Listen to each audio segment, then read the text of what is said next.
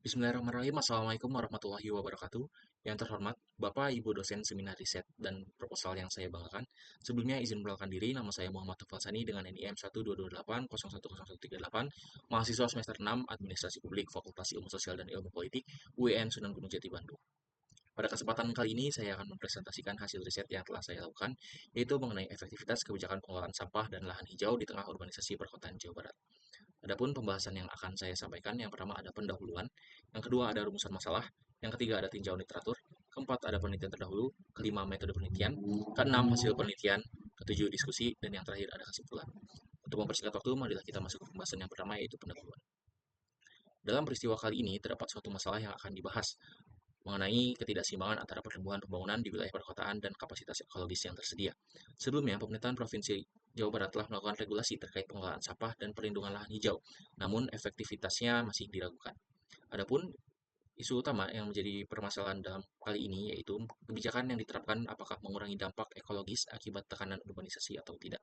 Dan dalam penelitian kali ini terdapat tujuan yaitu untuk mengevaluasi efektivitas kebijakan lingkungan di wilayah perkotaan dan Jawa Barat, serta mengidentifikasi hambatan struktural, antar kunci, dan dinamika implementasi kebijakan. Nah, dari pendahuluan tersebut turun kepada rumusan masalah. Yang pertama ada desain kebijakan pemerintah daerah Jawa Barat, yang kedua ada efektivitas implementasi kebijakan, yang ketiga ada faktor penghambatan pendukung dalam proses implementasi kebijakan, dan yang keempat ada peran masyarakat dan institusi non pemerintah. Selanjutnya ada tinjauan literatur, yang dimana kami mengambil teori tata kelola lingkungan atau environmental governance yang disampaikan oleh Lemos dan Agrawal pada tahun 2006, yang menjelaskan konsep tersebut menyoroti pada kolaborasi antar sektor dan signifikansi partisipasi masyarakat serta desentralisasi kekuasaan. Dan selanjutnya ada penelitian terdahulu yang disampaikan oleh Arifin dan kawan-kawan pada tahun 2025 mengenai implementasi kebijakan peraturan daerah tentang ruang terbuka hijau dalam peningkatan kualitas lingkungan di Kota Bandung. Dan penelitian yang kedua yaitu dari Novianti dan kawan-kawan pada tahun 2023 mengenai implementasi kebijakan pengelolaan sampah melalui program bank sampah induk Surabaya. Nah, pada kesempatan kali ini penelitian kami memiliki khusus kajian keterkaitan mengenai pengelolaan sampah dengan perlindungan lahan hijau.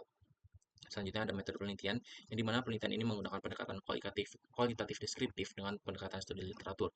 Nah, adapun untuk analisis datanya melakukan dengan desain kebijakan, efektivitas implementasi, faktor penghambatan pendukung, serta peran masyarakat dan institusi non-pemerintah dalam pengelolaan lingkungan.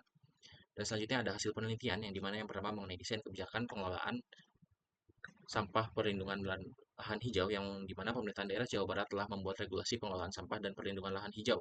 Namun realisasinya ruang terbuka hijau baru mencapai 12,56% dari target nasional 30%. Yang kedua ada efektivitas implementasi kebijakan, yang dimana masih menghadapi tantangan besar seperti fragmentasi kebijakan, kurangnya koordinasi antar lini, terus dan rendahnya partisipasi masyarakat sehingga target keberlanjutan lingkungan sulit untuk tercapai secara merata.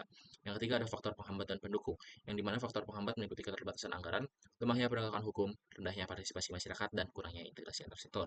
Adapun faktor pendukungnya adalah kolaborasi lintas sektor melalui pendekatan pentahelix dan keberhasilan program berbasis komunitas seperti bank sampah induk.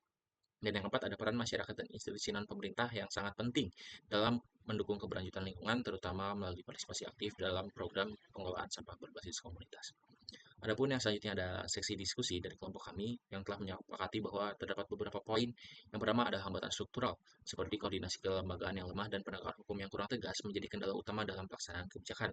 Yang kedua, mengambil studi kasus di Kota Bandung menunjukkan pencapaian ruang terbuka hijau masih jauh dari target akibat keterbatasan anggaran dan kontrol sosial yang lemah. Dan yang ketiga ada keberhasilan program bank sampah induk di Surabaya membuktikan bahwa pendekatan berbasis komunitas dan komunikasi yang jelas, sumber daya memadai, dan struktur birokrasi yang mendukung sangat penting untuk efektivitas kebijakan. Adapun yang terakhir, kesimpulannya dari artikel ini ataupun hasil penelitian dan diskusi yang telah dilakukan menunjukkan bahwa pengelolaan sampah dan perlindungan lahan hijau di kawasan urban Jawa Barat masih menghadapi tantangan serius, meskipun telah ada regulasi dan kebijakan yang mengaturnya. Mungkin cukup sekian sesi pemaparan materi atau presentasi dari saya. Kurang lebihnya mohon maaf apabila ada salah-salah kata. Terima kasih. Wassalamualaikum warahmatullahi wabarakatuh.